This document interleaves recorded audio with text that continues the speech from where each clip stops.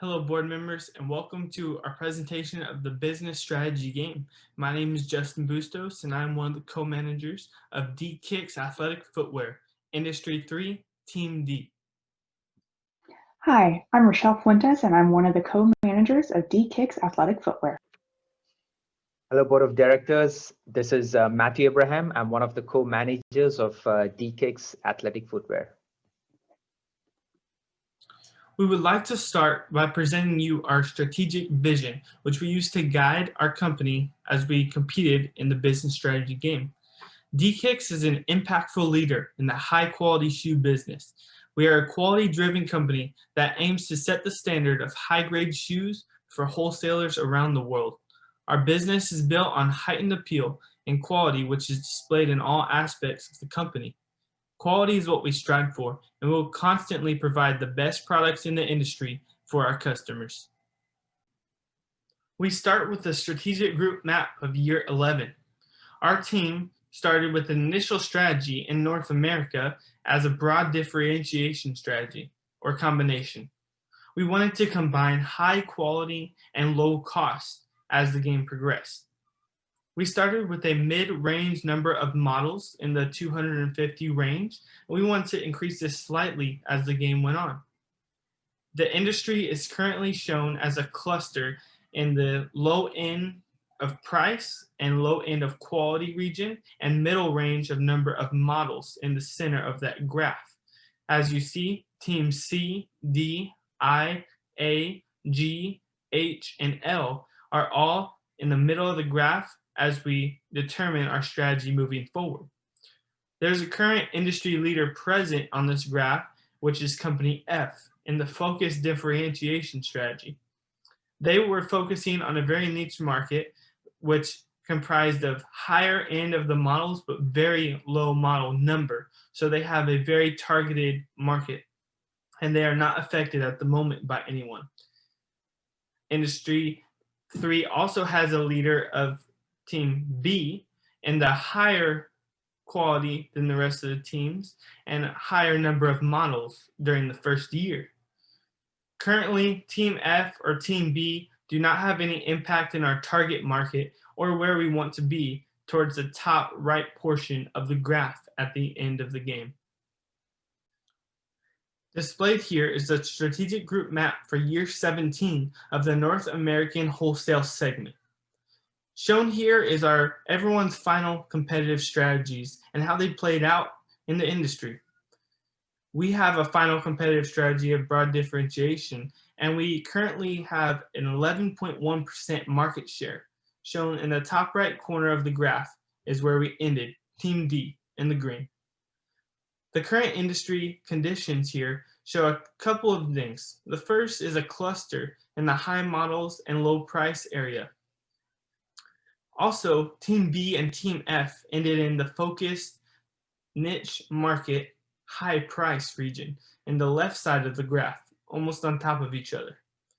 Team C is well defined, but they have a low market share in the mid number of models and mid price and SQ rating. We have an industry winner here, Team Game On or Team G, in the low cost area of the graph.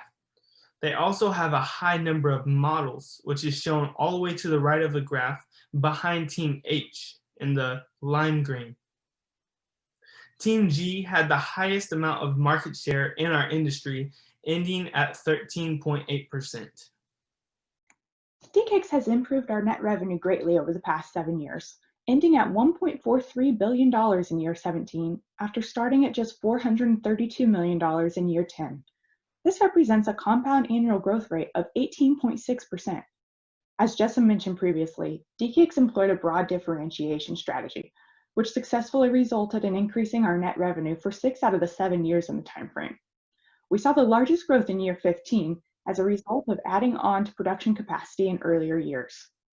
As you can see in the graph, net revenue declined in year 16.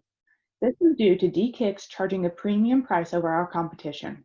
Consumers demonstrated that our pricing was too high by purchasing from rivals with similar quality products. We listened to this customer feedback and responded by lowering our prices in year 17. This resulted in renewed net revenue growth. DKIX continually improved our earnings per share with year-over-year growth each year for 6 out of the 7 years. We ended at $16.08 for year 17 after starting at just $2 in year 10. This represents a compound annual growth rate of 34.7%. Similar to our net revenue results, earnings per share increased all years except for year 16 when we experienced a decline in EPS as our revenue dropped. Our strategy was successful in driving consumers into our brand, and DKIX recognized early on that we needed to invest in additional production capacity in order to service these new demand levels. We issued shares in year 15, which provided a positive cash flow for us to aid in the expansion efforts. After we expanded our production capacity to the necessary levels, DKIX purchased shares back in year 16 and 17. This was done to allow us to increase our earnings per share as well as our stock price. Following the same trend as earnings per share and net revenue, DKIX was successfully able to increase stock price from a starting point of $30 in year 10 to an ending point of $402.14 in year 17. This represents a compound annual growth rate of 44.9%. Similar to net revenue results, stock price decreased only in year 16 when revenues declined. Initially, we had chosen to partner with one celebrity, going all in with a large capital investment. However, after seeing market conditions favor rivals with multiple endorsements, we adjusted our strategy to partner with multiple diverse celebrities. DKIX earned incremental customer demand through the application of our differentiation strategy and our celebrity endorsement investments. We then chose to invest in facility space and production machinery to continue to support buyer demand. This led to significant growth in our stock price during years 14 and 15 as shown in the graph, as our production volume increased.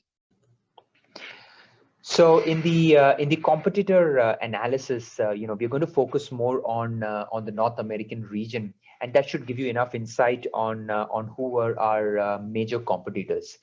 As Justin mentioned and showed in the previous slides, within the strategic group map, you did see a couple of companies trying to compete with KIX. But what we feel is NV Footwear was one of the prominent competitors in that segment, in that position around the strategy group map. Of course, there were other regions where we had Soul to Soul as a competitor, but they were not as threatening, so as to speak. Now, again, as I mentioned, NV was our close competitor, especially in North America, and stating the obvious here, both companies had similar business strategies. We as a company, both companies believed in a broad differentiation model. But where NV had a little edge over KIX is in their product line depth. NV did have a higher number of models that they could offer to their consumers. Now, what is also very interesting is that NV had a very neat and a very clear pricing strategy right from the start. And it was quite amazing to see how NV arrived at that magical number and decided to offer a certain price range and kept it very consistent along all the years up to year 17 and very much closely aligned to the overall SKU rating as well. Having said that, one of the biggest or the strongest value driver for NV was around quality. And that was very much evident in this market. Consumers were preferring NV over KIX just purely based on the quality ratings. And just to cite an example, consumers were favoring KIX consumers were favoring NV in spite of KIX providing free shipping. NV did not, right from the start, did not opt for a free shipping to its consumers, but still managed to capture the market, and which clearly shows that quality as a value driver has a lot of importance. Now, along the same lines, they had a fantastic image rating of 100 for the last 5 consecutive years. Same goes with brand reputation. Again, they kept their brand reputation at a very high rate of 100 for the last 4 years.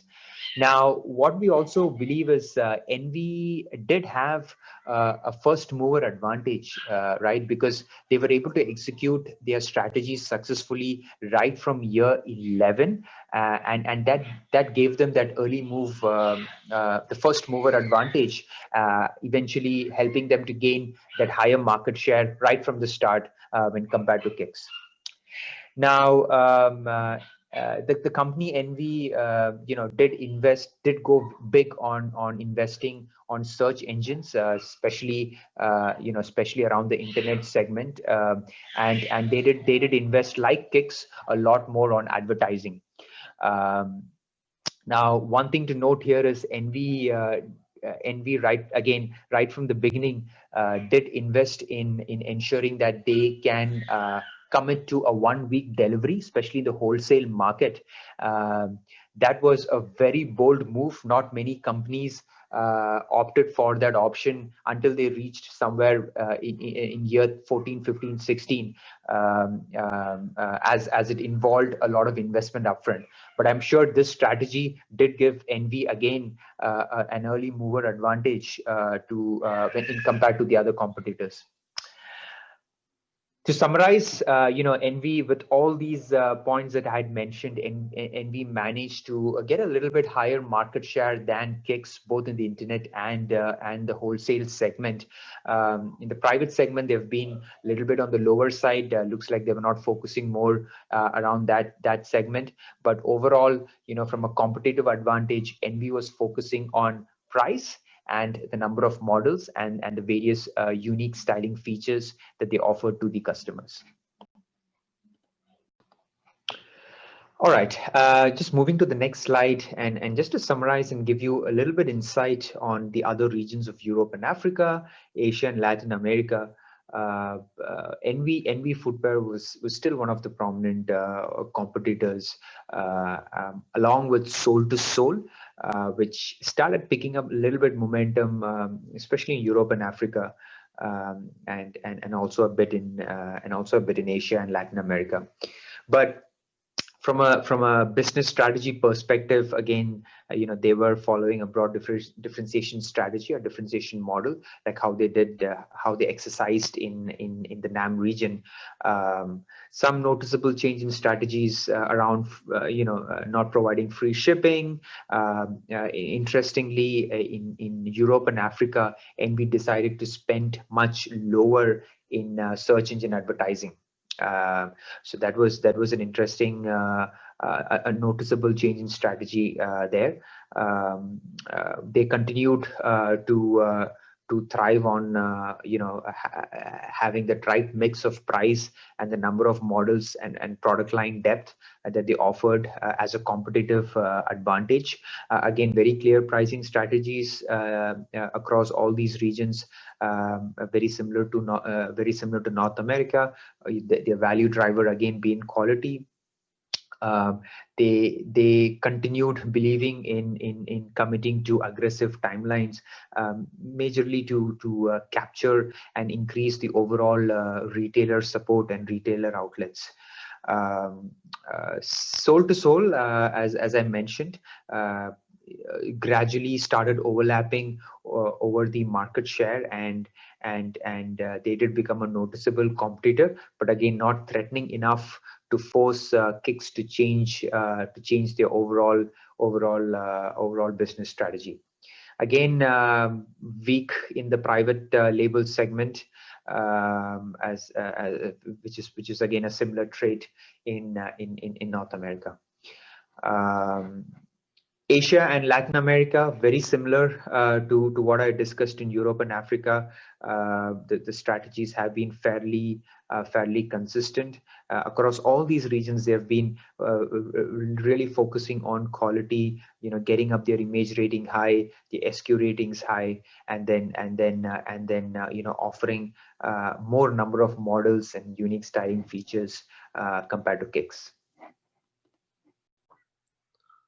Shown in this slide is the competitive strategy that we would use to outcompete our strategic rival, Envy Footwear, in the next 2 to 3 years.